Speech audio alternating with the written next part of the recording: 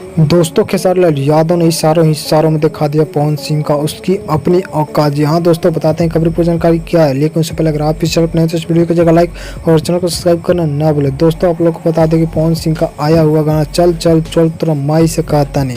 जी हाँ दोस्तों, ये गाना जो कि ग्लोबल म्यूजिक जंक्शन से छोड़ा गया था। और दोस्तों इस गाने का लिरिक्स के बारे में बोला जाए तो प्रियांशु सिंह ने लिखा था और आशुतोष तिवारी ने कहीं ना कहीं इस गाने को म्यूजिक दिया। और दोस्तों बता दें कि पवन सिंह ने अपने सुमधुर स्वर में गाया था।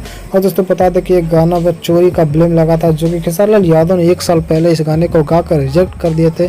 और दोस्तों इस गाने का ओरिजिनल धुन राधेश्याम रसिया का टोन से मिलते नजर आ रहा था, जो कि खेसारी पवन सिंह चाहते थे कि राधेश्याम रसिया से हम कॉल पर बात करें। और दोस्तों किसी कारणवश राधेश्याम रसिया से बात नहीं कर पाते हैं, लेकिन दोस्तों राधेश्याम रसिया इस बात से बुरा मानते हैं। और दोस्तों वे कहीं ना कहीं ग्लोबल म्यूजिक जंक्शन पर एक स्ट्राइक फेंकते हैं, जिसके कारण उनका गाना बंद हो जाता है। दोस्तों इस गाने को ब्लॉक करवाने में पवन सिंह की टीम से इल्जाम लगाया जा रहा है कि खेसारी लाल यादव का इसके पीछे बहुत बड़ा हाथ है। लेकिन दोस्तों खेसारी लाल यादव का इसमें दूर दूर तक कोई हाथ नहीं है। लेकिन दोस्तों विरोधियों का क्या कहा जाए, खेसारी लाल यादव से इतनी फटती है कि उन्हें जलन बर्दाश्त ही नहीं होती। लेकिन दोस्तों आप लोग क्या कहना चाहते हैं खेसारी लाल यादव के बारे में, कमेंट बॉक्स में जरूर लिखिएगा और चैनल को सब्सक्राइब करना ना भूलें।